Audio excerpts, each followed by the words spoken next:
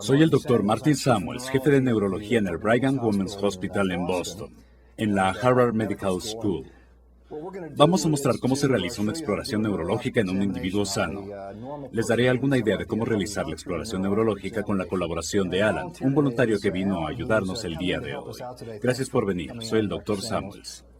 A continuación les mostraremos cómo realizar una exploración neurológica. La exploración neurológica evolucionó gradualmente con el paso del tiempo. No es algo que haya sido inventado como el béisbol, sino que cambió gradualmente con el paso del tiempo. La exploración neurológica que utilizamos en el siglo XXI inició en realidad a finales del siglo XIX por grandes grupos de neurólogos europeos en ciudades como Londres, París, Bélgica y otras. Gradualmente fue avanzando hasta llegar a la exploración neurológica que utilizamos el día de hoy. Este examen tiene 7 componentes y la mayor parte de los neurólogos en el mundo utiliza los 7 componentes de la exploración neurológica. No suele realizarse en este orden, pero el día de hoy aprenderemos cómo realizar el examen siguiendo un orden estricto. En realidad, en el consultorio no se utiliza la totalidad de la exploración neurológica en este orden, sino que debe ajustarse a cada situación. Dependiendo de los síntomas del individuo y de la institución en la que trabaja el médico, podría ser necesario acortar la exploración, o tal vez la exploración deba realizarse en un orden diferente porque el paciente no puede cooperar a causa de su enfermedad, en particular en enfermedades neurológicas avanzadas. El día de hoy mostraremos la manera correcta en la cual debe realizarse la exploración, desde el primero hasta el séptimo aspecto. Estos 7 componentes incluyen la exploración física general, con especial énfasis en las características neurológicas de la exploración general. Se continúa con exploraciones neurológicas más estandarizadas como la revisión del estado mental, la exploración de los pares craneales, la exploración del sistema motor, del sistema sensorial, de la coordinación y la marcha y, por último, los reflejos. La parte final de la exploración. La forma en que se registra la exploración neurológica es muy importante, porque otras personas dependerán de la forma en que se realice el registro, de lo que se escribe. Por supuesto, si se valora a un nuevo paciente en unas cuantas horas, días o semanas, meses o años más tarde, se revisarán las anotaciones y el médico dependerá de la forma en que se registró la exploración física pasada, por lo que es muy importante realizar un registro preciso, y se lo digo yo, que después de haber realizado esta actividad por varios años, aún registro la exploración en forma compulsiva desde el 1 hasta el 7, la exploración física general, el estado mental, pares craneales, actividad motora, actividad sensorial, coordinación y reflejos, incluso si en realidad no llevé a cabo la exploración en ese orden. Un último aspecto de esta introducción es que en ocasiones existen partes de la exploración que no se consideran relevantes. Por ejemplo, no es práctico en un caso de enfermedad de neurona motora tardar más de 2 horas realizando exploración neurológica cuando se realizan consultas con intervalos de 15 minutos, tal vez de 30 minutos de duración. Así que en realidad no suele realizarse la exploración completa, pero es importante que al momento de realizar el registro se mencione específicamente qué se hizo y qué se omitió, de forma que no se confundan con las notas más tarde, pensando que algo fue normal, cuando en realidad nunca se realizó esa parte del examen. Esto no es incorrecto, solo es necesario ser honesto con uno mismo y con otros con respecto a lo que se hizo. Iniciemos con los componentes principales de la exploración física general. Es evidente que la exploración física general por sí misma es muy amplia y puede tomar mucho tiempo. Pero existen algunos aspectos que el neurólogo realiza de manera sistemática y esto incluye la exploración del aparato cardiovascular, en particular del sistema cerebrovascular. Una revisión rápida del corazón y de las extremidades constituye una exploración muy razonable. Aquí es donde se lleva a cabo la exploración del sistema nervioso autónomo. Les mostraré cómo se inicia. Empecemos con una medición estándar de la presión arterial. Alan, voy a necesitar tu brazo derecho aquí. Voy a tomar tu presión arterial. Lo que vamos a hacer es pedirte que te recuestes en la mesa de exploración y te tomaré la presión arterial recostado y más tarde en posición sentada y de pie. En realidad estamos realizando una valoración del sistema nervioso autónomo en cuanto a la conservación de la presión arterial en posición erecta, así que tomaremos la presión arterial. Me imagino que ya saben cómo se coloca el manguito del manómetro para la medición de la presión arterial. Veamos cómo está la presión arterial de Alan hoy, esperando que no se encuentre demasiado ansioso por el síndrome de bata blanca. No parece que así fuera porque su presión arterial es de 108/60, de forma que él vivirá por siempre con esa presión arterial. Por favor, siéntate en la mesa de exploración, Alan. También mediré la frecuencia cardíaca en decúbito. Tomaré de nuevo la frecuencia cardíaca. La frecuencia cardíaca es de 72 por minuto en decúbito. La tomaremos de nuevo mientras está sentado. Entonces realizaremos la prueba con el paciente recostado y de inmediato le pediremos al paciente que se siente y haremos las mediciones de nuevo.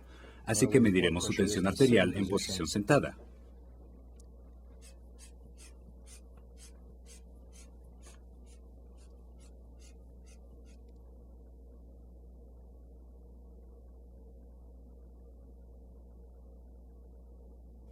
Es de 110/64 en posición sentada y su frecuencia cardíaca es de 72.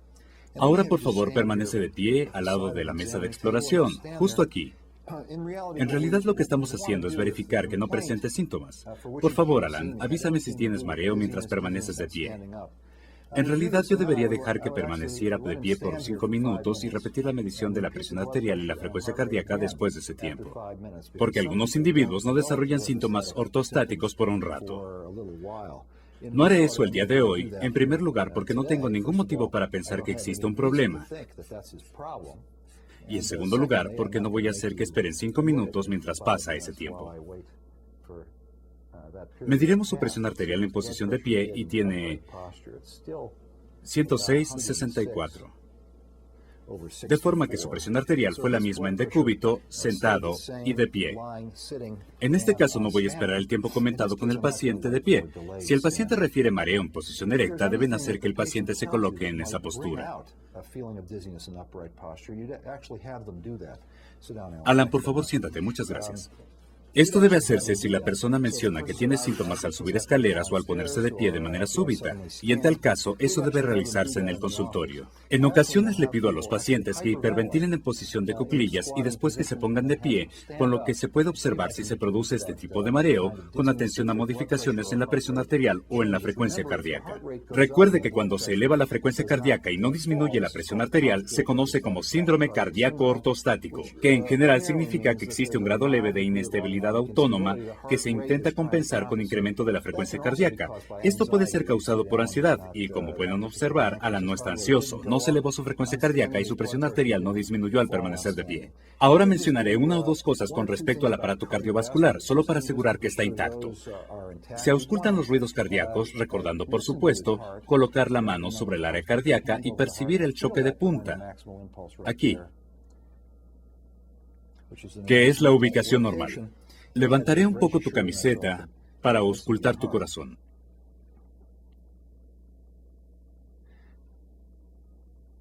No se perciben soplos, y los ruidos cardíacos son claros. No realizaré una exploración detallada del corazón porque no existen indicaciones, pero hay que recordar que el médico podría encontrarse con personas con enfermedades cardíacas o síntomas respiratorios, y en tal caso está indicada una exploración de los campos pulmonares. Luego haremos énfasis en la parte cerebrovascular de la exploración. Suelen palparse las carótidas. Pueden percibirse las carótidas aquí, en el cuello. Aquí. Tal vez sea una prueba sobrevalorada, pues cuando se colocan los dedos en esta parte del cuello no se sabe con precisión cuál es el vaso que se está palpando. Podría palparse la arteria carótida común o la arteria carótida externa, y es poco probable que se palpe la carótida interna, que es en gran medida el vaso que debe preocuparnos. Sin embargo, podría ser un dato importante si existe una gran diferencia o la desaparición del pulso en un lado. Acostumbran escuchar con el estetoscopio. Es tema de debate porque no es una prueba muy sensible o específica. De hacerlo, debe auscultar sobre la válvula carótida al nivel del ángulo de la mandíbula con la campana del estetoscopio. No debe presionarse con fuerza porque se afecta el movimiento del diafragma del estetoscopio. Alan, sostén la respiración por unos segundos. Muy bien. Respira normalmente. No escuché ruidos anormales. ¿De nuevo retén la respiración? Respira normal. Bien. Si se sospecha una enfermedad en la carótida interna distal, podría pedírsele al paciente que cierre sus ojos, se relaje, se aplica una ligera succión con la campana del estetoscopio. Abre tus ojos. Le pedí que abriera los ojos porque deseo escuchar el ruido, similar a un aleteo, con la abertura de los párpados, y escuchar si percibe un soplo. No lo percibo. Cierra tus ojos suavemente. Ábrelos. Sería más útil que percibir y auscultar en busca de un soplo la medición de la función de los vasos cerebrales, y mencionaré una forma de realizarla. Se conoce como palpación dinámica de los pulsos faciales. El principio es muy simple. Existe un sistema de alta presión en la carótida interna. La sangre proviene de la arteria carótida interna y la primera rama intracraneal de la arteria carótida interna es la arteria oftálmica que asciende aquí, al nivel del ángulo del ojo, y termina en la arteria retiniana central que puede observarse con la exploración del fondo del ojo. La arteria carótida externa se ramifica aquí, debajo de la cara, y las ramas siguen un trayecto separado por delante y por detrás del oído. La que pasa por delante del oído es la arteria preauricular y puede percibirse con gran facilidad en casi cualquier individuo. Asciende para dar origen a ramas debajo del cuero cabelludo y a un par de arterias aquí en la frente, y continúa hasta el borde del ojo.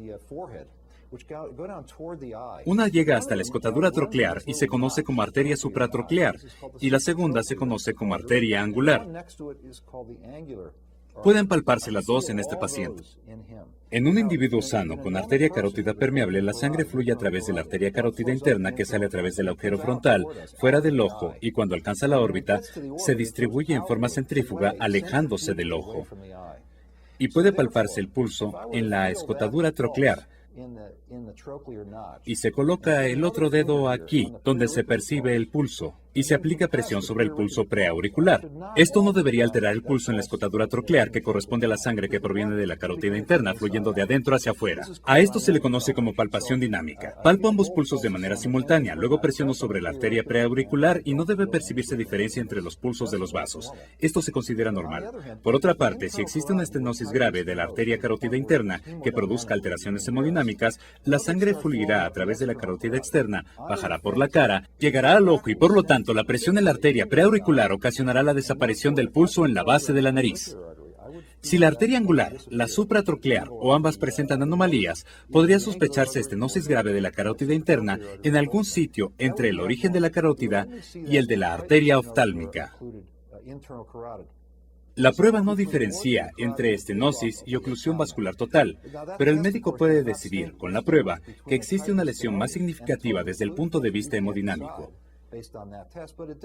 La exploración puede ir más allá, aunque muchos no pueden hacerlo porque la ecografía no se encuentra disponible. Pero puede tomarse el oftalmoscopio y observar el interior del ojo. Volveré a usar el oftalmoscopio y buscaré en el fondo del ojo hasta encontrar un vaso sanguíneo en el ojo sobre la superficie de la retina, y lo seguiré hacia la arteria retiniana central. Por favor, mira sobre mi hombro, no me mires a mí. Ahora buscaré una arteria, cualquier arteria que provenga de la arteria retiniana central. No voy a lastimarlo, pero voy a hacer presión sobre el globo ocular. Y al aplicar fuerza sobre el globo ocular, se incrementa la presión interna. Se observa el brillo. En cierto momento se incrementa la presión hasta que se rebasa la presión diastólica de la arteria retiniana central.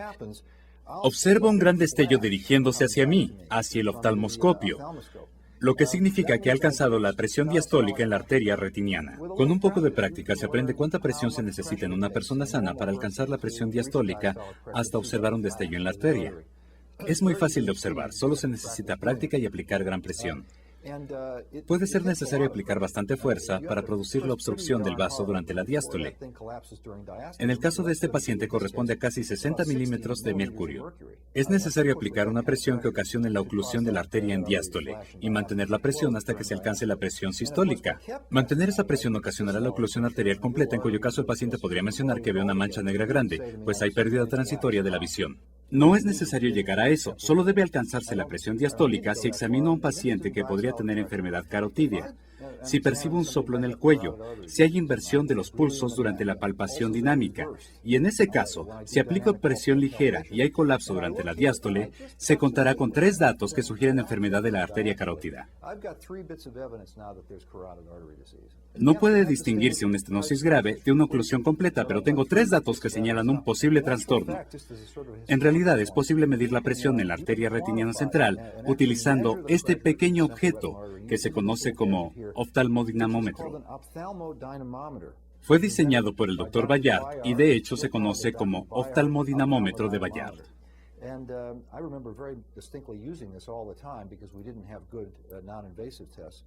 Les mostraré cómo se utiliza. No lo aplicaré en este paciente en la forma habitual, porque sería necesario colocar un poco de anestésico local en el ojo y además no deseo lastimarlo. Pero lo que debe hacerse es colocar el extremo en el borde del ojo y hacer presión contra el globo ocular, y aplicaremos una presión suave como la que apliqué con mi dedo.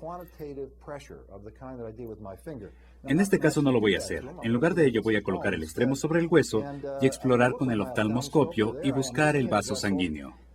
Voy a incrementar la presión y pueden observar cómo gira la manecilla. Y cuando alcanza la presión diastólica y veo el destello de la arteria, suelto la presión y tomo la medición, que puede convertirse en milímetros de mercurio. Y así se conoce la presión diastólica en la arteria retiniana central. Digamos que hago la medición en él y que encuentro una cifra de 30. Acabamos de hacer la medición de la arteria humeral con una presión diastólica de 60, mientras que en el oftalmodinamómetro se midieron 30 milímetros de mercurio. Una reducción de 30 milímetros de mercurio entre la arteria humeral y la arteria retiniana central es otra prueba de estenosis carotídea. Hay varias formas de explorar los vasos cerebrales en el consultorio sin tener tecnología refinada. Para concluir la exploración general es necesario observar las extremidades en busca de edema o hinchazón de las extremidades y observar los lechos ungueales para asegurarse de que estén rosados, que no haya cianosis o hipocratismo digital, lo que indicaría algún tipo de enfermedad cardiovascular. Tal vez sería necesario explorar el abdomen, palpar el hígado si pareciera que el paciente tiene algún tipo de encefalopatía hepática, pero en la mayor parte de los casos solo debe realizarse una exploración general razonable para el paciente en quien se realiza una valoración neurológica.